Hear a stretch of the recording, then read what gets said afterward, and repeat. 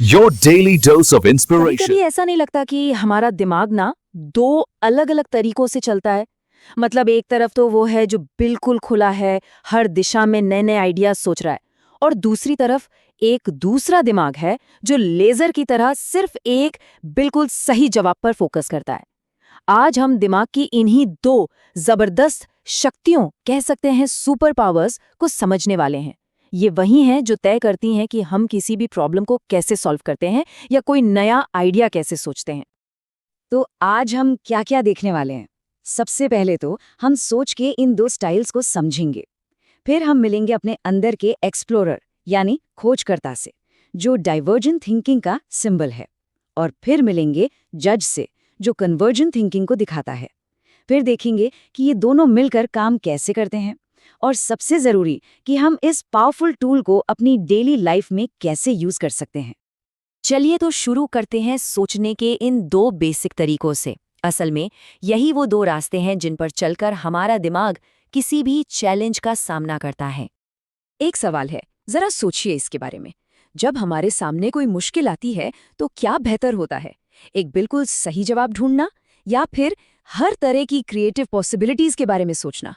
बस ये एक सवाल हमें सोच के दो एकदम अलग अलग रास्तों पर ले जाता है। तो जो पहला तरीका है ना, उसे हम एक एक्सप्लोरर या खोजकर्ता की तरह समझ सकते हैं। ये वो माइंडसेट है जो नई नई अनजानी जगहों पर निकलता है, जहां हर तरफ नए रास्ते और नई संभावनाएं दिखती हैं।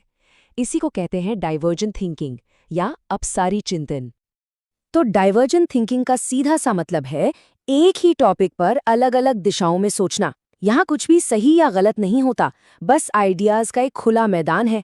इसे ऐसे समझिए जैसे हम एक बड़ा सा जाल फेंक रहे हों, ये देखने के लिए कि उसमें कितनी तरह की चीजें आ सकती हैं।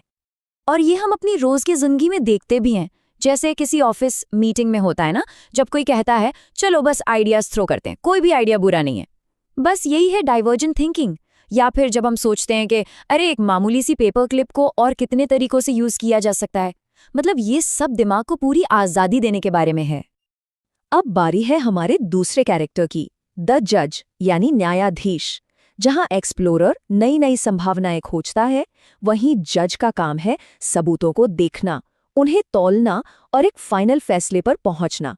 और इसी को कहते हैं कन्वर्जेंट थिंकिंग या अभिसारी चिंतन। तो कन्वर्जेंट थिंकिंग का गोल है बिखरे हुए आइडियाज को एक पॉइंट पर लाना। ये बिल्कुल एक मैप फॉलो करने जैसा है, जो आपको सीधा आपकी मंजिल तक ले जाए। इसमें लॉजिक, नॉलेज और प्रिसिजन की जरूरत होती है, ताकि सबसे बेस्ट या सही सॉल्यूशन मिल सके। इसके एग्जाम्पल्स भी हमारे आसपास ही हैं। जैसे जब हम मैथ्स का कोई प्रॉब्लम सॉल्व करते हैं तो उसका एक ही सही जवाब होता है, राइट? या फिर एग्जाम में मल्टीपल चॉइस क्वेश्चन का आंसर देना, या ब्रेनस्टॉर्मिंग के बाद जो इतने सारे आइडियाज आए उनमें से टॉप 3 को चुनना। ये सब कन्वर्जेंट थिंकिंग है। यहाँ फोकस ऑप्शंस को कम करने पर होता है, बढ़ाने पर नहीं। और यहीं पर इन दोनों के बीच का फर्क एकदम क्रिस्टल क्लियर हो जाता है। देखिए, जो एक्सप्लोरर है वो पूछता है क्या होगा अगर, यानी व्हाट इफ, जिससे अनगिनत नए रास्ते खुलते हैं। वहीं दूसरी तरफ जज पूछता है क्या है, यानी व्हाट इज, और सबसे सही रास्ते को चुन लेता है। एक का काम है फैलाना, दूसरे का काम है समेटना।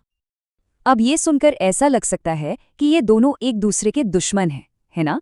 लेकिन सच तो ये है कि ये बेस्ट पार्टनर्स हैं। असली मैजिक तब होता है जब ये दोनों एक साथ टीम की तरह काम करते हैं। तो देखिए, असली बात यह है कि सिर्फ क्रिएटिव आइडियाज होना काफी नहीं है, और ना ही सिर्फ लॉजिकल होना। असल कामयाबी तब मिलती है जब हमें ये पता हो कि कब एक्सप्लोरर बनना है और कब जज। ये एक डांस की तरह है, जहां दोनों पार्टनर्स को अपना अपना रोल सही टाइम पर निभाना होता है। तो एक आइडियल क्रिएटिव प्रोसेस कैसा दिखता है? स्टेप 1, प्रॉब्लम को ठीक से समझो। स्टेप 2, एक्सप्लोरर बन जाओ और जितने हो सके उतने सॉल्यूशन सोचो, बिना किसी फिल्टर के। स्टेप 3, अब जज की भूमिका में आओ, उन आइडियाज को एनालाइज करो, क्रिटिक करो और सबसे बेस्ट को चुनो। और स्टेप 4, उसे एग्जीक्यूट करो।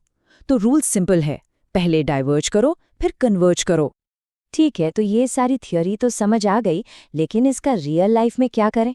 चलिए अब देखते हैं कि इस नॉलेज को हम बेहतर फैसले लेने और ज़्यादा क्रिएटिव बनने के लिए कैसे इस्तेमाल कर सकते हैं। चलिए एक एग्जाम्पल लेते हैं। मान लीजिए एक ट्रिप प्लान करनी है।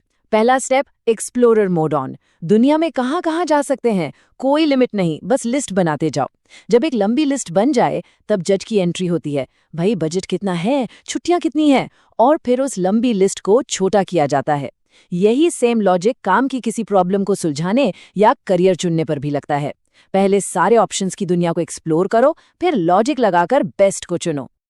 ये जो कोट है ना, ये पूरी बात का सार है कि क्रिएटिविटी की चाबी ये है कि पहले आइडियाज़ के एक वाइल्ड एक्सप्लोरर बने और उसके बाद ही उनके एक सख्त जज बने। और ये बहुत ज़रूरी है, क्योंकि अगर कोई बहुत जल्दी जज बन गया तो अच्छे अच्छे आइडियाज़ तो पैदा होने से पहले ही मर जाएंगे। तो अब अगली बार जब भी कोई चैलेंज सामने आए, चाहे छोटा हो या बड़ा, बस 1 सेकंड के लिए रुककर सोचिएगा, अभी कौन सा रोल प्ले करना है, एक्सप्लोरर का या जज का। क्योंकि सही समय पर सही भूमिका चुनना ही हमारे दिमाग की इन 2 सुपर पावर्स को अनलॉक करने की असली चाबी है।